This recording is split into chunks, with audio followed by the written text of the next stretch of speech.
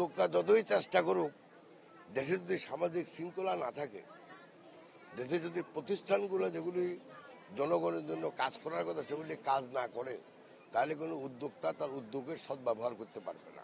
দীর্ঘ প্রায় 12 বছর পরে আমাদের যশোরে এই ধরনের বাণিজ্য মেলা আজকে অনুষ্ঠিত হতে যাচ্ছে। আমাদের এখানে মূলত উদ্দেশ্য এই অঞ্চলে উৎপাদিত পণ্য দেশীয় বাজার এবং আন্তর্জাতিক বাজারে মানুষের কাছে পরিচিত করার জন্যই আসলে আমাদের লক্ষ্য। যে কোনো সরকারে থাকুক, যদি অবাধ ও সুষ্ঠু গ্রহণযোগ্য নির্বাচনের মাধ্যমে যদি সরকার প্রতিষ্ঠিত না হয়, এই সমস্যা নর্মালি শেষ হয় না। একটা উদ্যোক্তা যখন একটা পণ্য উৎপাদন করে, এটা তো কেউ না কেউ কিনতে হবে, সেটা হলো ভোক্তা যারা। তো উদ্যোক্তা এবং ভোক্তাদের মধ্যে সবচেয়ে বড় সমন্বয় যেটা করে সেটা হলো মেলা, বাণিজ্য মেলা, যেখানে মানুষ আসতে পারে, দেখতে পারে যে আমার এই এলাকাতে কি কি পণ্য আমরা উৎপাদন করি। সো প্রথমেই আমি আমাদের যশোর চেম্বারকে ধন্যবাদ জানাই যে ওনারা এই ধরনের একটা বাণিজ্য মেলা উদ্যোগ নিয়েছেন, এবং আমি আশা করি এতে ভোক্তা এবং উৎপাদনকারী যারা আছে লোকাল, তারা দুই পক্ষই এখান থেকে সমান প্রশংসিত হবেন এবং উপকার পাবেন। একই সাথে যে আমি রিকোয়েস্ট করব আমাদের চেম্বার কর্মকর্তা যারা আছে, প্রেসিডেন্ট সাহেবকে, যে ভবিষ্যতে যেন এই কার্যক্রমটা আরও ভালো করে চালিয়ে যান। একই সাথে আমি আমাদের এখানে ডিসি সাহেব আছেন, এসপি সাহেব আছেন, উদ্যোক্তা যতই চেষ্টা করুক, দেশে যদি সামাজিক শৃঙ্খলা না থাকে, দেশে যদি প্রতিষ্ঠানগুলো যেগুলি জনগণের জন্য কাজ করার কথা সেগুলি কাজ না করে, তাহলে কোনো উদ্যোক্তা তার উদ্যোগের সদ্ব্যবহার করতে পারবে না। এই জন্য এখানে আমাদের সম্মানিত ডিসি সাহেবের একটা বিরাট রোল আছে, সম্মানিত এসপি সাহেবের একটা বিরাট রোল আছে এই সামাজিক শৃঙ্খলাকে ঠিক রাখা। আমি ওনারা যে আজকে এই উদ্বোধনী অনুষ্ঠানে এসছেন এবং আমাদের প্রেসিডেন্ট সাহেব এবং কর্মকর্তাবৃন্দ যে ওনাদেরকে নিয়ে আসতে পারছেন, সেজন্য ওনাদেরকে প্রথম ধন্যবাদ জানাই, আর যারা উদ্যোগ গ্রহণ করছেন তাদেরকেও ধন্যবাদ জানাই। এবং রাষ্ট্রের বিভিন্ন প্রতিষ্ঠান আছে যারা এই কাজগুলা করার কথা, এবং আপনি যদি খবরের কাগজগুলো দেখেন তাহলে দেখবেন যে প্রতিদিনই কোনো না খবর বেরোচ্ছে যে ওনারা এটা নিয়ে কাজ করতেছে। আর একটা কথা না বললেই নয়, সেটা হলো যাই পেপারে দেখেন, একটা দেশের অর্থ যখন পাচার হয় তখন এটা নানামুখী কমপ্লিকেশনে পড়ে যায়। এখানে একটা দেশীয় আইন কাজ করে, একটা বিদেশি আইন কাজ করে, একটা আন্তর্জাতিক আইন কাজ করে। সো যত তাড়াতাড়ি ওনারা বলছেন, এটাতে আমি একদিন না হইলেও ওনারা যে এফোর্টটা দিচ্ছেন যে মুদ্রা পাচারকারীদের সাহায্য করার জন্য, পাচারকৃত অর্থ ফেরত আনার জন্য, সেজন্য আমি সাধুবাদ জানাই। প্রতিবেশী দেশ কোন উদ্দেশ্যে কি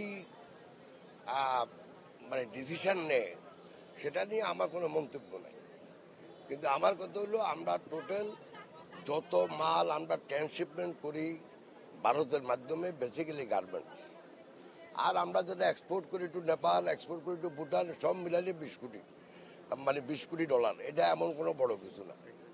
এটা আবার ঠিক হবে আমার মন্তব্য, এটাতে একটা আমাদের আঞ্চলিক ব্যাপার স্যাপার আছে তো। আর আমি মনে করি আমাদের নতুন এয়ারপোর্ট যেটা এখন ওপেনিং হবে সহসাই, সেখানে এই 8-9% যেটা ট্রান্সপোর্ট হয়ে দিল্লি হইয়া যায়, সেটা আমরা নিজেরাই নিজেদের সক্ষমতা বৃদ্ধি করে আমরা আমাদের কাজটা চালিয়ে যেতে পারবো। তাতে আমাদের জন্য সুবিধা যে আমরা প্রেশারে পড়ি, আমাদের যে এয়ারপোর্ট যেটা হচ্ছে সেটাকে আমরা কাজে ব্যবহার করতে পারবো, এবং তাতে আমাদের ফরেন এক্সচেঞ্জ আরও সেভ হবে। আমরা দেশে বিনিয়োগ বৃদ্ধি করার জন্য সরকারে করুক, বেসরকারি লোক করুক, যেই চেষ্টা করে আমি তাকে সাধুবাদ জানাই।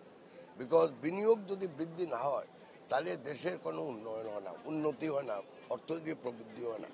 আমাদের দল এটাকে স্বাগত জানায়। আমরা যারা বিনিয়োগকারী আসছে তাদের সাথেও আমরা দেখা করছি, তাদের জন্য আমরা একটা ডিনারও হোস্ট করছি আমাদের আমির খসরু মাহমুদ। আমরা মনে করি এটা একটা ভালো এফোর্ট। এখন কার্যকর কতটুকু হবে সেটা পরে দেখা যাবে। একটু ঘৃণার চোখে দেখি এটাকে, দলীয়ভাবে এটাকে আমরা খুবই লজ্জাজনক মনে করি দেশের জন্য। তবে এই নিরাপত্তা দেওয়ার দায়িত্ব সরকারের। এবং একটা কথা না বললেন, আবার আপনারা রাজনীতিকে নিয়ে আসলেন যে কোনো সরকারে থাকুক, যদি অবাধ ও সুষ্ঠু গ্রহণযোগ্য নির্বাচনের মাধ্যমে যদি সরকার প্রতিষ্ঠিত না হয়, এই সমস্যা নর্মালি শেষ হয় না। কারণ একটা এই যে গণতান্ত্রিক বা উদার গণতান্ত্রিক রাজনৈতিক দল যেগুলো আছে, তাদের তো একটা রিজন আছে কেন রাজনৈতিক দল প্রতিষ্ঠিত হয়, কেন মানুষ রাজনৈতিক দলের পেছনে যায়। একটা রাজনৈতিক দল যখন প্রতিষ্ঠা হয়, যারা সেই দলের মত আদর্শে বিশ্বাস করে, তারা সেই দলকে অনুসরণ করে। তো অতএব যখনই দেশে দেখবেন গণতান্ত্রিক সরকার প্রতিষ্ঠিত হবে, তখন এগুলি অনেক কমে যাবে বা থাকবে না। যে দীর্ঘ প্রায় 12 বছর পরে আমাদের যশোরে এই ধরনের বাণিজ্য মেলা আজকে অনুষ্ঠিত হতে যাচ্ছে। আমাদের এখানে মূলত উদ্দেশ্য এই অঞ্চলে উৎপাদিত পণ্য দেশীয় বাজার এবং আন্তর্জাতিক বাজারে মানুষের কাছে পরিচিত করার জন্যই আসলে আমাদের লক্ষ্য।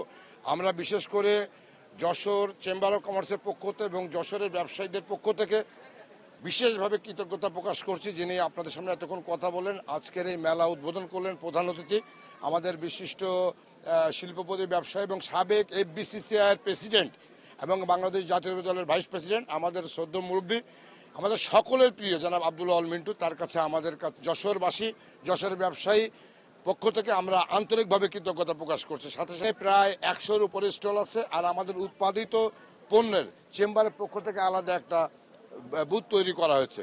আমরা মনে করি 1 মাস ব্যাপী এই মেলা চলবে। আপনার গণমাধ্যমের বন্ধুদের কাছে আমাদের আবেদন থাকবে, মেলার প্রচারের ব্যাপারে আপনারা সচেষ্ট থাকবেন। এই অঞ্চলে অর্থনৈতিক বিকশিত হোক, আমরা সকলে একসঙ্গে কাজ করি। আজকে গতকালকে আসার কথা ছিল, ওনারা প্রস্তুতি নিয়েছে। 1 মাস ব্যাপী ফুলের স্টল থাকবে এবং সবজি আলাদার সাথেও কথা বলা হয়েছে, তারাও এখানে স্টল দেবে এবং মানুষের এখানে দর্শনার্থীদের সাথে কথা বলবে।